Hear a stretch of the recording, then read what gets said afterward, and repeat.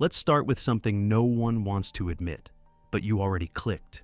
You're here now, and you can't unhear what's coming, because what I'm about to tell you rips through the noise, the filters, the fake smiles, and gets to the core of something most people are too scared to face. Have you ever asked yourself why everything feels fake now? Why relationships are short-lived? Why loyalty sounds like a word from a forgotten language? Why depth in people, especially in women, feels like it's vanished? It's not random. It's not a glitch in the system. It's by design. We're not evolving naturally anymore. We're being rewired, slowly, deliberately, and the biggest proof of that, it's in the way women have changed, in what's been lost, in what once was beautiful and grounding, and now feels hollow. This isn't about idolizing the past or being nostalgic. It's about a truth you felt deep down, but never said out loud. Because you know, something's missing. Women used to have a quiet strength. They could hold space without posting about it. They loved with depth, not for attention. They endured storms without asking for applause. They were the anchor when everything else felt chaotic. Now, everything is about visibility, optics, clout. It's about being noticed, not being understood. About being wanted, not being known. And the scariest part? We've accepted this as progress, but maybe, just maybe, what we call progress is just a prettier name for decay. Maybe, in trying to be everything, we've lost what mattered most. This is going to hurt, because you were raised to believe all change is good, that more freedom always leads to more happiness.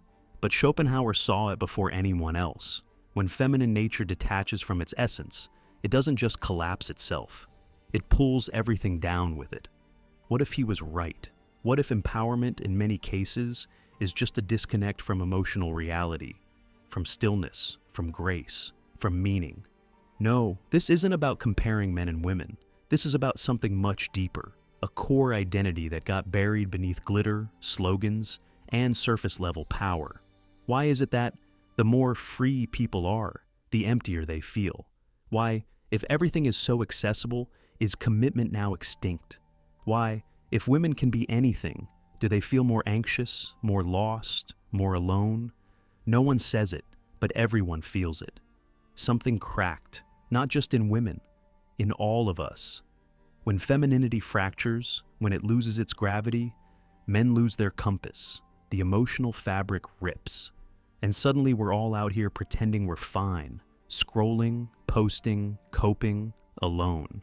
It's not just the change, it's how fast it's happened, how blindly we've clapped for it, and how easily we've forgotten what came before.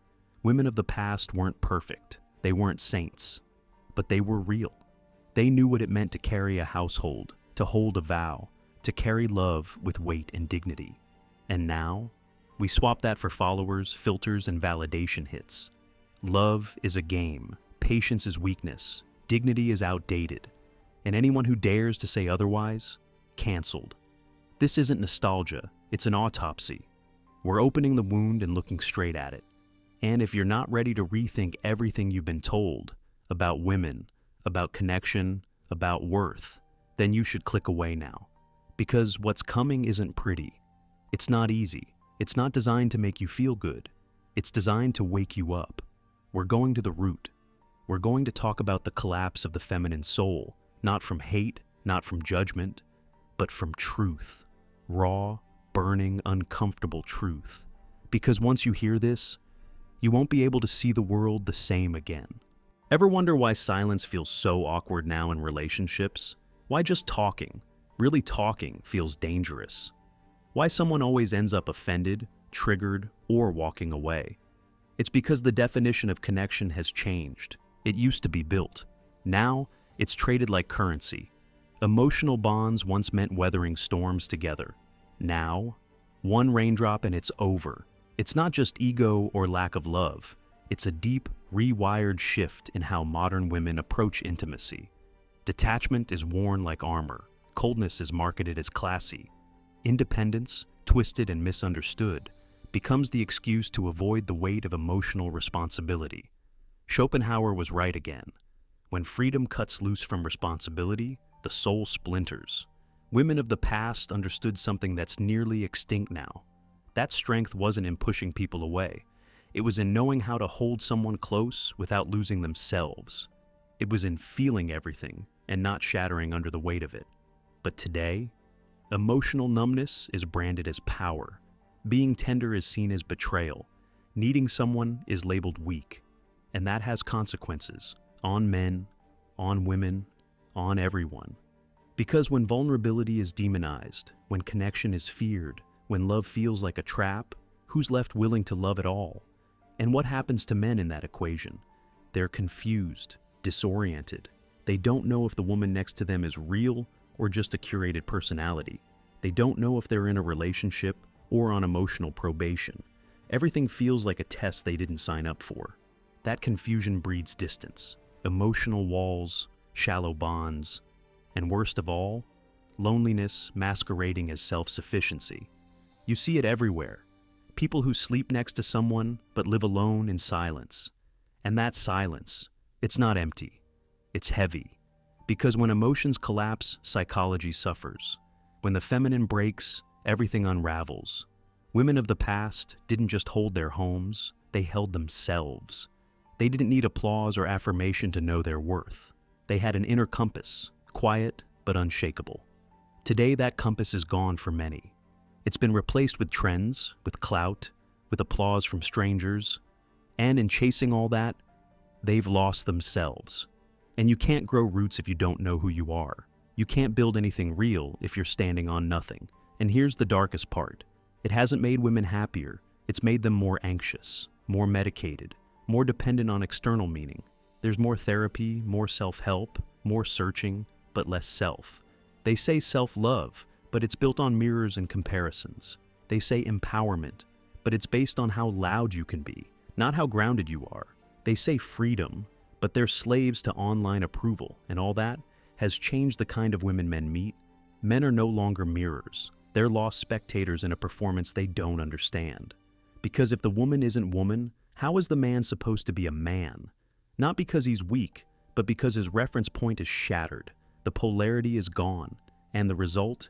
Disconnection, disorientation, and silence that never gets spoken into words, not nostalgia, diagnosis. And here's the harsh truth. If you can't name the wound, you can't heal it. And nobody wants to name it, because it's uncomfortable, because it's real, because it burns every illusion modern culture sold you. Women of the past were not less than because they were softer. They were powerful in ways we've forgotten. They didn't shrink themselves to shine. They simply shined from within. Their strength wasn't in dominance, it was in presence. Their value wasn't loud, it was undeniable. They could build you up with a look. They were the emotional backbone of the home, and they didn't need to trade that for validation. They didn't need likes to feel loved. They didn't need to scream to be seen. Their energy centered the room, quietly, fully, completely. Today, women have gained rights, opportunities, visibility. That's good, that's fair, that's necessary. But in the process, many lost something just as precious: their invisible power, their magnetism, their ability to be the emotional axis without dissolving their own identity. And that loss has come at a cost, one we keep denying. Because modern freedom sounds nice, but it's left people lonelier than ever. Autonomy is celebrated, but it's cold. Superficial wins get applause, but deep truth gets mocked. So the question is, are we going to keep cheering for the collapse of real femininity just because we're afraid to say it out loud? Or are we going to look this thing dead in the eye and admit that we've lost something sacred? Because that's what it was, sacred. True femininity isn't measured in how loud you are or how much space you take up. It's in your ability to hold, to feel, to see deeply without flinching, to love fiercely without fear of dissolving. The women of the past had this, and that's why they were unforgettable. Because they didn't need to prove their worth. Their essence spoke. This isn't an attack, it's a cry, a wake-up call, a plea from men who no longer know how to approach without being pushed away. From men tired of feeling like intruders in a space that once welcomed them. From a masculinity that feels exiled from its counterpart. That counterpart wasn't a soulless powerhouse or an emotionally distant strong woman. It was a full woman, one who was tender and strong, soft and grounded, fierce and forgiving. A woman of substance, not performance. So, if you've made it this far, you know this hit something deep. You can't unhear it. You can't unfeel it. And that matters, because truth that hurts is truth that's alive. You're standing on the edge now. And the real question is, are you going to keep drowning in noise, or are you ready to feel what's screaming underneath it? Because this isn't just about women or men. It's about the core of what makes us human. It's about the way we've traded emotional truth for surface-level noise, how we've trained ourselves to scroll instead of feel, swipe instead of connect, pose instead of be. You feel it, that ache that doesn't go away.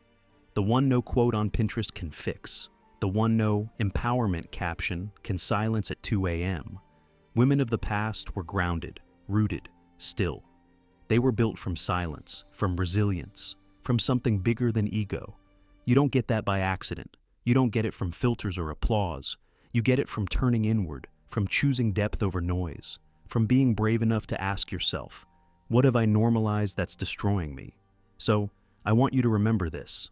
True value doesn't come from how loud you declare it. It shows in what you can hold without breaking, in what you can feel without running, in how deeply you can love without losing yourself. The women of the past didn't scream they were worthy, they just were. And that's why the world listened. And if you're still here, it means you're listening too.